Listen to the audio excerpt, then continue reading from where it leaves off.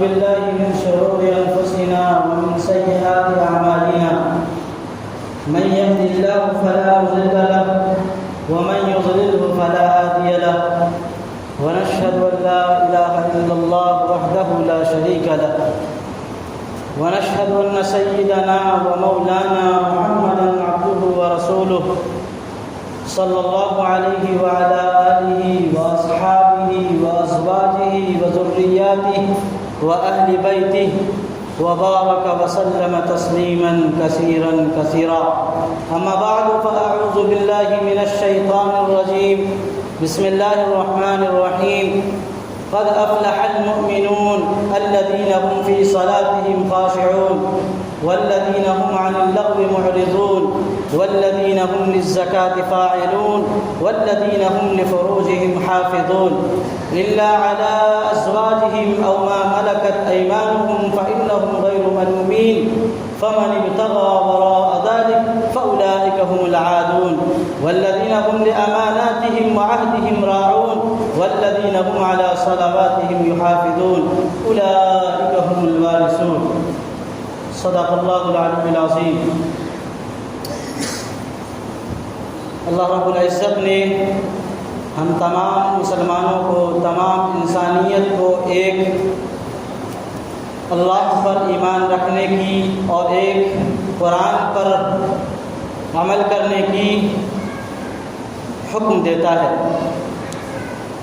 آج دنیا انسانیت کو پیدا کرنے والا، اس کا مالک، اس کا رازق، اس کا خالق ایک اللہ ہے. یہ ہم تمام امت مسلمہ کا اس پر یقین ہے اور ہونا بھی چاہیے. اگر ہمارا یقین اس کے خلاف ہے، اگر ہم یہ نہیں جانتے کہ اس دنیا کا مالک کون ہے، اس دنیا کا خالق کون ہے، اگر اللہ کے علاوہ کوئی اور اگر ہمارے ذہن میں، ہمارے دل میں اگر اس کا تصور ہے تو ہم ایمان والے نہیں ہو سکتے. اللہ رب العزت پر ہمارا یقین ہے، ہمارا ایمان ہے اور آخری نبی جناب محمد الرسول اللہ صلی اللہ علیہ وسلم ہمارے آخری نبی ہیں اور قرآن ہماری کتاب ہے اور یہی ہماری رہنمائی کرتا ہے. یہ اس پر بھی ہمارا ایمان. اللہ رب العزت نے دنیا انسانیت میں جتنے بھی انسان سانس لے رہے ہیں، جو لوگ بھی اس دنیا میں زندگی گزار رہے ہیں، اللہ رب العزت اس کے دل کی حالت کو، اس کی کیفیت کو ہی نہیں بلکہ ہر انسان کے ذرے ذرے، پوری دنیا کے ذرے ذرے سے انسان کی اچھی طرح واقف ہے اللہ رب العزت. آج ہم لوگ ہر انسان کامیابی ڈھونڈتے ہیں دنیا میں. اللہ رب العزت نے قرآن کریم میں، جس کی میں نے ابھی چند آیتوں کا آپ کے سامنے تذکرہ کیا ہے، تلاوت کیا ہے، اللہ رب العزت بڑے پیار سے اپنے بندوں کو یہ سمجھا رہے ہیں کہ اے ایمان والوں، تم کامیابی ڈھونڈتے ہو تو آؤ میں تمہیں کامیابی کی صفات بتاؤں.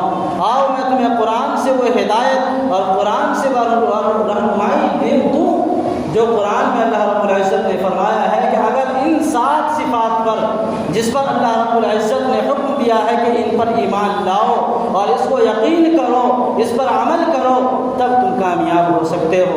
انسان کی فطری چیز ہے کہ ہر انسان کامیاب ہونا چاہتا ہے. ہر انسان اپنے آپ کو اعلیٰ مقام پر دیکھنا پسند کرتا ہے. یہ انسان کی فطرت ہے. اسی لیے اللہ رب العزت نے قرآن کریم میں انسانوں کی کامیابی کے راز جو ہے ظاہر کر دیا، بتا دیا کہ اے انسانوں، اے اللہ اور اس کے رسول پر ایمان لانے والوں، قرآن کو پڑھو اور قرآن میں جو صفات اللہ رب العزت نے بیان فرمائے ہیں، اگر تم ان 7 صفات کو اپنے اندر پیدا کرو تو یقین جانیے آپ اس جنت کے وارث بنیں گے. اولئک هم الوارثون الذین یرثون الفردوس، جس کو جنت الفردوس کہا جاتا ہے. اس کا آپ ٹھیکیدار بھی بنیں گے اور اس کے آپ ذمہ دار بھی بنیں گے اور اس میں داخل ہونے والے بنیں گے. لیکن شرط اللہ رب العزت نے رکھا ہے کہ ان 7 صفات پر عمل کرنا ہوگا. سب سے پہلی صفات کیا ہے؟ قد افلح المؤمنون. اللہ رب العزت فرماتے ہیں کہ کامیاب ہو گئے وہ لوگ جنہوں نے ایمان لایا. یعنی پہلی شرط ایمان لانا. یہ امت مسلمہ کو بتایا کہ اگر آپ نے ایمان لایا تو آپ کامیاب ہو گئے. ان کے بعد پھر اللہ رب العزت 7 صفات کا ذکر کیا ہے. والذین هم فی صلاتهم خاشعون. کامیاب ہو گئے وہ لوگ جنہوں نے اپنی نماز میں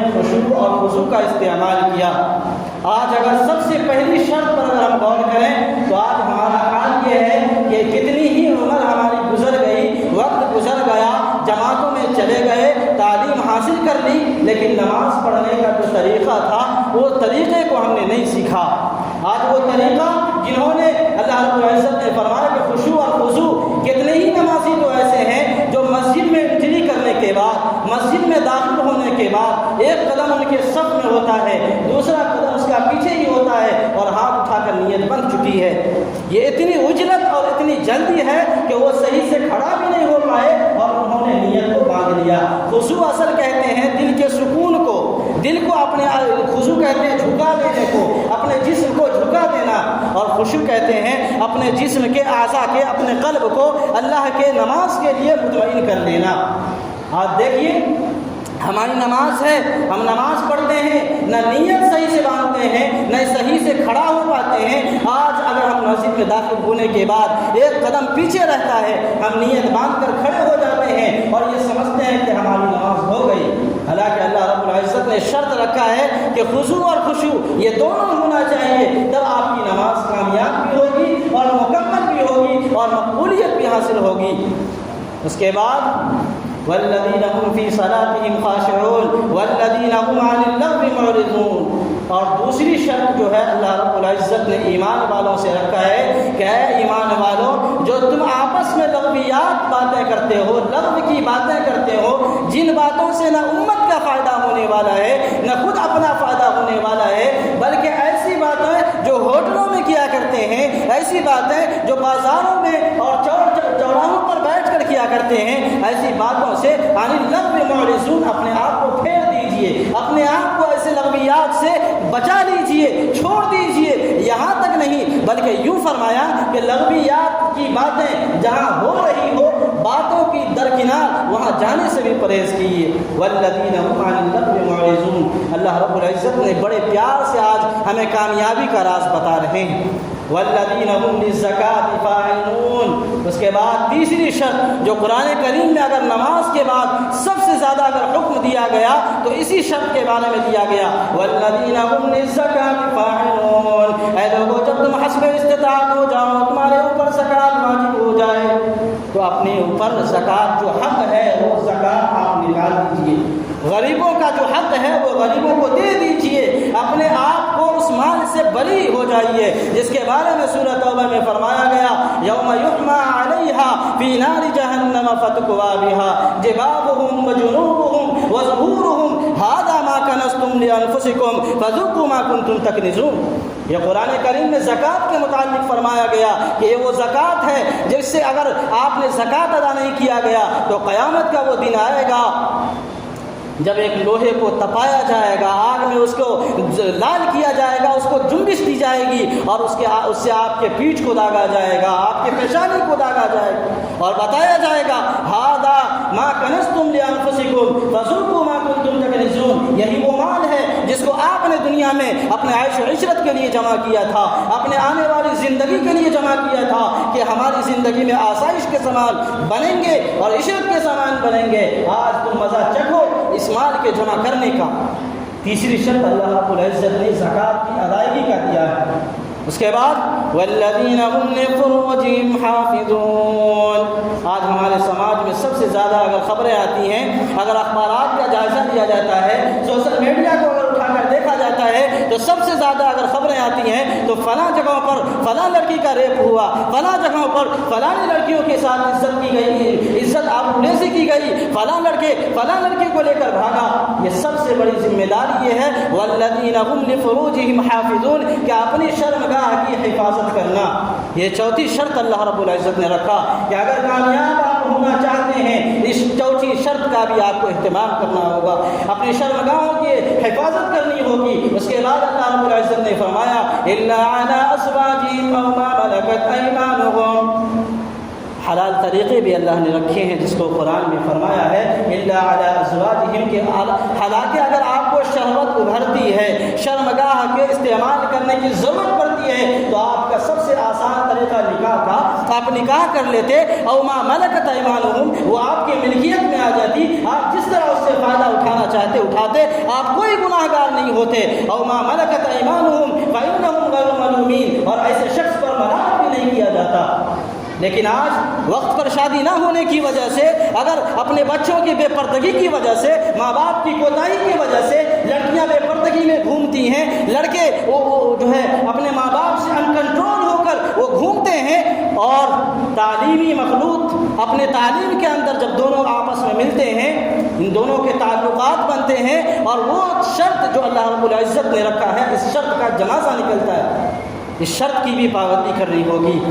والذین هم لفروجهم حافظون، ہمیں یہی پیغام دے رہا ہے، او ما ملکت ایمانهم فانهم غیر ملومین فمن ابتغى وراء ذلك فاولئک هم العادون۔ اللہ رب العزت نے فرمایا کہ جس شخص نے بھی اس کے خلاف کرے گا، جو شخص اس تمام شرطوں کے خلاف کرے گا، فاولئک هم العادون، وہ ایسا شخص ہوگا جو اپنے آپ کو سرحد سے پار کرنے والا ہوگا، اپنے ایمان سے حد سے تجاوز کرنے والا ہوگا۔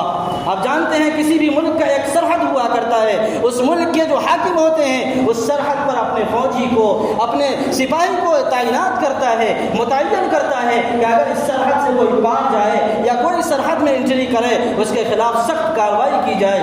اسلام نے بھی تو کوئی سرحد رکھا ہوگا، کلمہ پڑھنے کے بعد ہمارا بھی تو کوئی حد ہوگا۔ اللہ رب العزت تو یہی فرماتا ہے کہ اگر ہمارے بتائے ہوئے طریقے پر عمل کرو گے، قرآن پر عمل کرو گے، نبی کے بتائے ہوئے احکامات پر عمل کرو گے، تو گویا کہ ایمان کے دائرے میں ہو۔ اگر ایمان کے دائرے سے نکل گئے تو اللہ کے خلاف بغاوت کی جنگ چھڑ جائے گی۔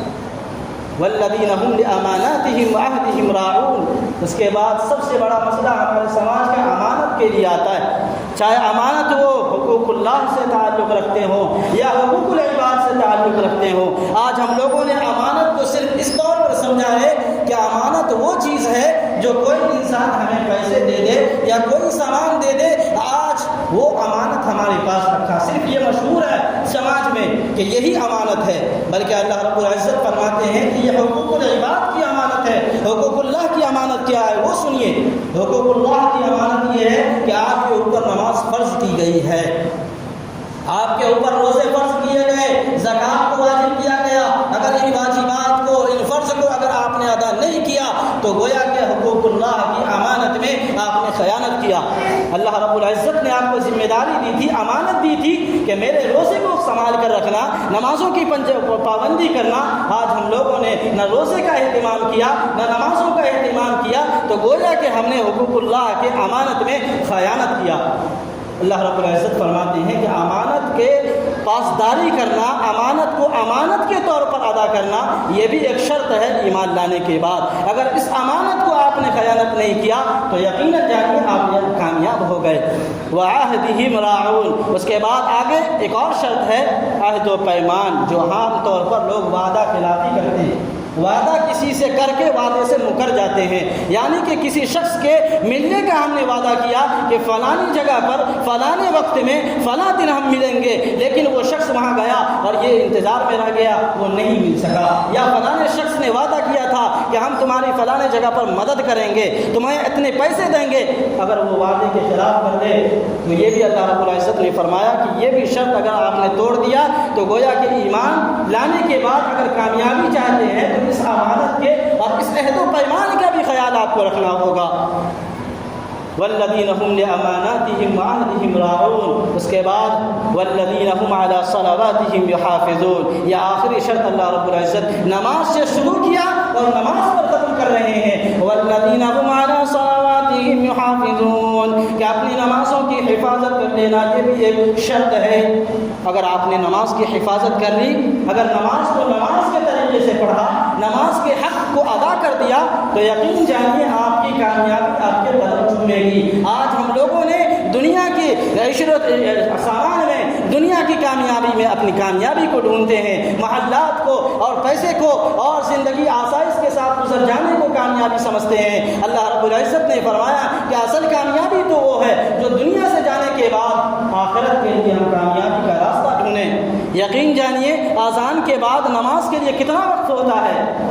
زیادہ سے زیادہ آدھا گھنٹہ یا کم سے کم 15 منٹ، ظہر میں آدھا گھنٹہ، عصر میں 15 منٹ۔ یقین جانیے جب ہم لوگ پیدا ہوئے تھے اذان ہو چکی ہے، اذان ہماری ہو گئی، اب نماز باقی ہے۔ اللہ رب العزت ہمیں اذان اور نماز کے درمیان یہ موقع دیا ہے کہ آؤ دنیا میں جاؤ، اپنے اللہ کے احکامات کو قبول کرو، قرآن کو پڑھو، قرآن پر عمل کرو، کی سیرت کو پڑھو، ان کی زندگی سے اپنے آپ کو، اپنی سیرت کو، اپنی زندگی کو ان کی زندگی سے ملاؤ، کامیاب ہو جاؤ گے۔ اگر تم نے نماز اور اذان کے وقفے کو برباد کر دیا، جس طرح ہم تجارت میں لگے ہوئے ہیں، اذان سننے کے بعد ہم تجارت میں مشغول ہوتے ہیں، اگر اسی طرح ہم نے زندگی بھر مشغول رہا، اذان ہماری میرے محترم ہو چکی ہے، نماز باقی ہے، اب کون سا وقت کا انتظار ہے؟ کون سے مؤذن ہمیں ندا دے گا؟ کون سے مؤذن یا کون سا نبی ہمیں آ کر یہ حکم دے گا کہ اب تمہارا وقت آ چکا ہے؟ حالانکہ قرآن میں آتا ہے کہ جب کسی کے موت کا وقت آتا ہے، وَفَإِذَا جَاءَ أَجَلُهُمْ فَلَا يَسْتَأْخِرُونَ سَاعَةً